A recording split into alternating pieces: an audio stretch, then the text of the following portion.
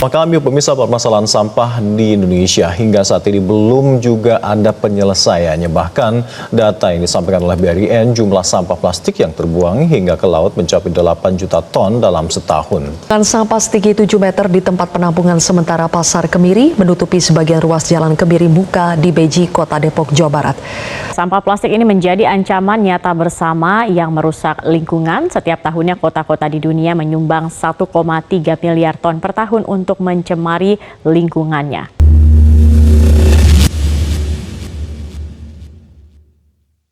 Berdasarkan data Sistem Informasi Pengolahan Sampah Nasional, Kementerian Lingkungan Hidup dan Kehutanan, pada 2023 per 24 Juli 2024, hasil input dari 290 kabupaten atau kota se-Indonesia menyebutkan jumlah timbunan sampah nasional mencapai angka 31,9 juta ton.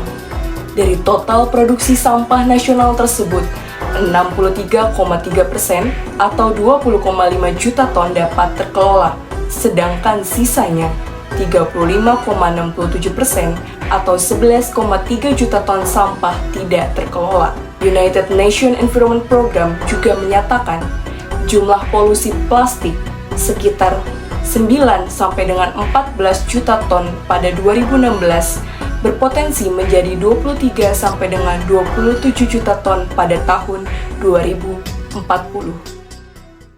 Menurut tragedi of the Commons yang diperkenalkan oleh Gerd Hardin tahun 1968 menjelaskan bagaimana sumber daya bersama seperti udara, laut, sungai, atau tanah publik sering dieksploitasi berlebihan oleh individu atau kelompok yang bertindak demi keuntungan pribadi. Masalah ini terjadi karena banyak pihak menggunakan sumber daya bersama seperti laut dan sungai tanpa mempertimbangkan dampak jangka panjang yang akhirnya bisa menyebabkan kerusakan dan berdampak negatif bagi banyak pihak. Dalam konteks sampah, teori ini sangat relevan. Laut sebagai salah satu sumber daya alam bersama sering dianggap sebagai tempat pembuangan tanpa batas. Sampah plastik dari aktivitas manusia, baik secara langsung maupun melalui sungai mengalir ke laut dan merusak ekosistem. Polusi ini terjadi karena banyak orang merasa bahwa tanggung jawab untuk menjaga laut tidak ada di tangan mereka, melainkan tanggung jawab kolektif yang sering diabaikan. Kita hidup di bumi yang sama dan menggunakan semua sumber daya yang ada, tapi seringkali tidak peduli dengan dampak yang ditimbulkan terhadap lingkungan.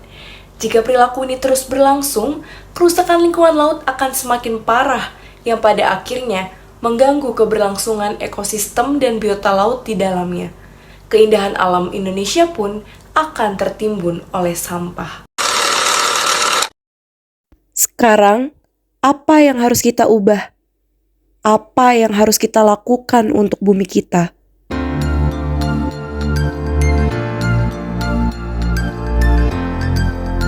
Kita semua memiliki peran untuk menyelamatkan bumi. Perubahan besar dimulai dari langkah kecil yang bisa kita lakukan setiap hari.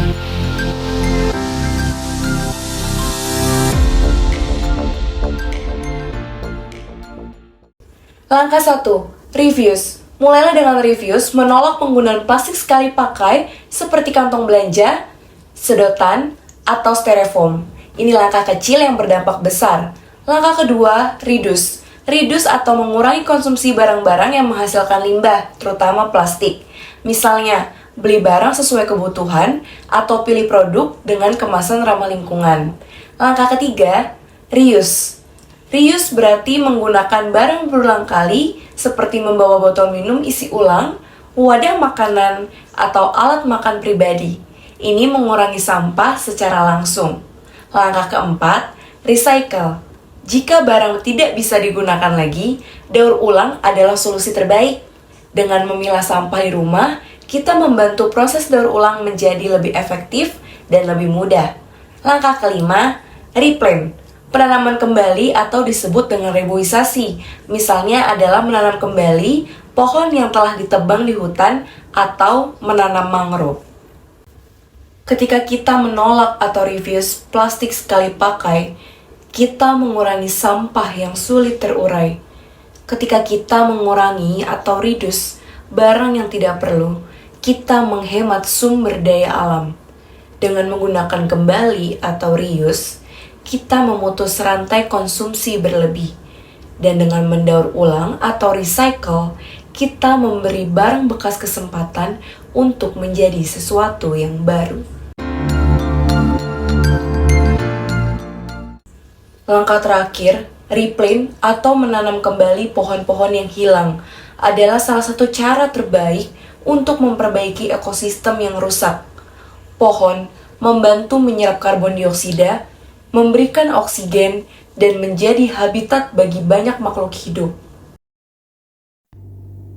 Perubahan kecil ini bukan hanya tentang lingkungan, tetapi juga tentang bagaimana kita sebagai individu mempengaruhi dunia di sekitar kita.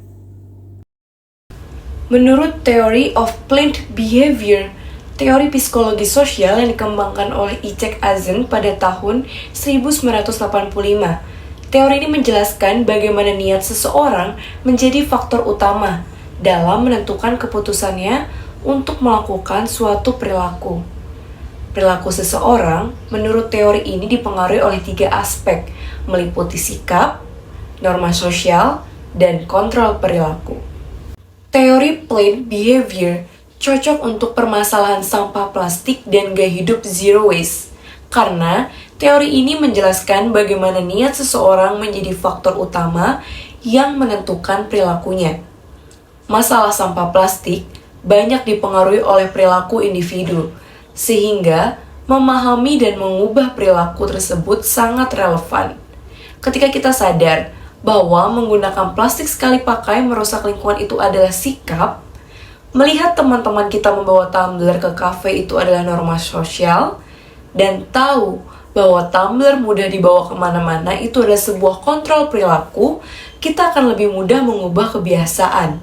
Dan melalui langkah-langkah ini, kita juga bisa mencegah terjadinya teori tragedy of the commons, di mana sumber daya bersama seperti laut, sungai, dan udara terus-menerus rusak karena ketidakpedulian kolektif.